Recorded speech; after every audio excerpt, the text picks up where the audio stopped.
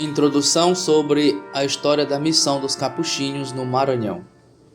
Preâmbulo histórico. A presença dos capuchinhos do Brasil e, portanto, também a história da missão do Maranhão foram condicionadas por dois eventos que criaram as premissas para uma atividade fecunda e duradoura.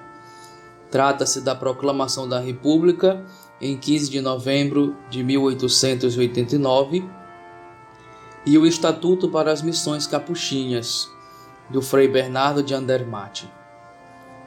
A proclamação da República, com a separação entre Igreja e Estado, decidida com o decreto de 7 de janeiro de 1890, gerou uma nova situação que colocava as condições para um renovado dinamismo da Igreja, agora livre dos limites do regime do padroado.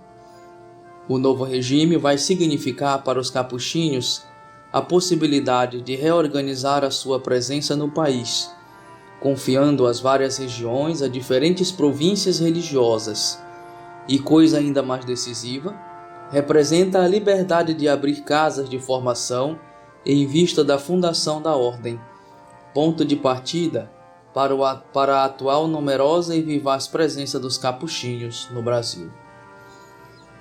O Estatuto para as Missões Capuchinhas, que reestrutura e reorganiza o trabalho missionário da Ordem, dentro do plano de renovação iniciado pelo ministro-geral Frei Bernardo de Andermatt, aprovado provisoriamente em 25 de julho de 1887 e definitivamente em 17 de julho de 1893, baseia-se sobre os seguintes principais fundamentos.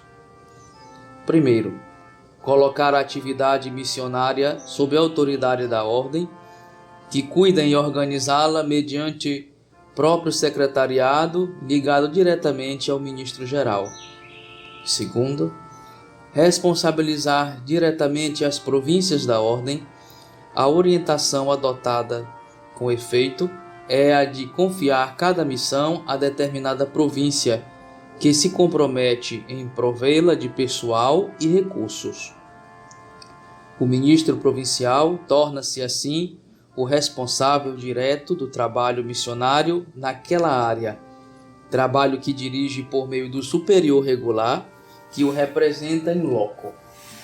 Dessa maneira, a Ordem envolve-se ainda mais na atividade missionária, porque agora todos se sentem diretamente empenhados na dimensão missionária: o governo central, as diversas províncias, os próprios frades.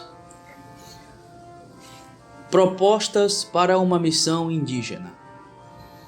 A vinda dos capuchinhos lombardos ao Brasil foi preparada mediante pedido do governo da nova República, que, não obstante o regime de separação entre Igreja e Estado, reclamava a presença de missionários para iniciar missões indígenas ao longo do rio Amazonas.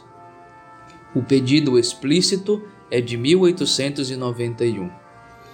O definitório geral, interpelado também pela autoridade eclesiástica, pensou em convidar a província monástica de Milão para que assumisse este compromisso. Desta vez, o pedido encontrou resposta entusiasta na província. Iniciam-se logo as conversações, que se concluem e se resumem num programa ratificado pela Santa Sé no dia 12 de janeiro de 1892. Eilo. A antiga prefeitura de Pernambuco é confiada à província capuchinha de Milão como ponto de partida e de apoio para a futura missão entre índios. A província de Milão aceita também o compromisso desta missão entre os índios do rio Amazonas.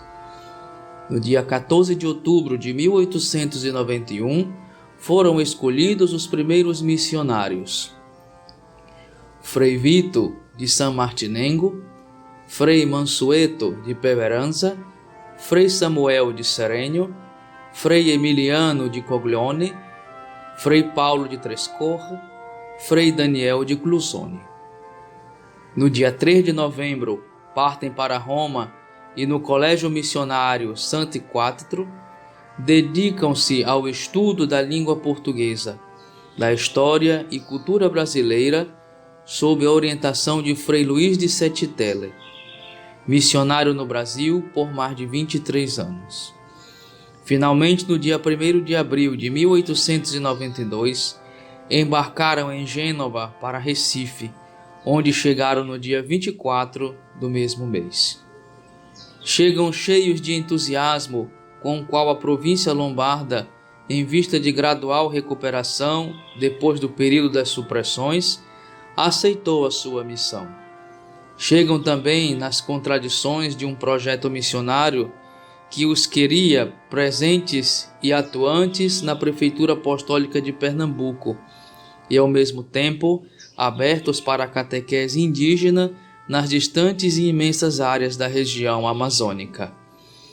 Em Recife, no antigo e venerando Convento Santuário da Penha, tem possibilidade de continuar a aprofundar o conhecimento da língua e da cultura brasileira e, contemporaneamente, de iniciar-se ao trabalho pastoral, orientados pelo prefeito apostólico Frei Gaetano de Messina, e dedicados na pregação das missões populares, como nas múltiplas atividades de assistência às comunidades cristãs.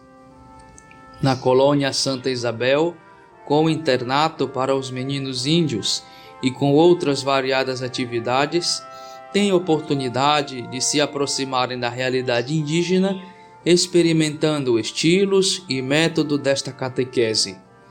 Logo, após alguns meses, ocorre o seu primeiro encontro, confronto com a realidade da cruz inseparável na atividade missionária. No dia 18 de junho daquele mesmo ano, com efeito, a febre amarela ceifa a vida do jovem e entusiasmado Frei Emiliano, e no dia 4 de março de 1893, também Frei Vitor morre, vítima igualmente das febres e das canseiras daqueles primeiros meses de intensa atividade. Entretanto, o pequeno grupo, já provado pelo sofrimento e pela morte, é fortalecido com a chegada de Frei Carlos de San Martino Olearo e de Frei Alfonso de Castel de Leco, chegados a Recife no dia de Natal de 1892.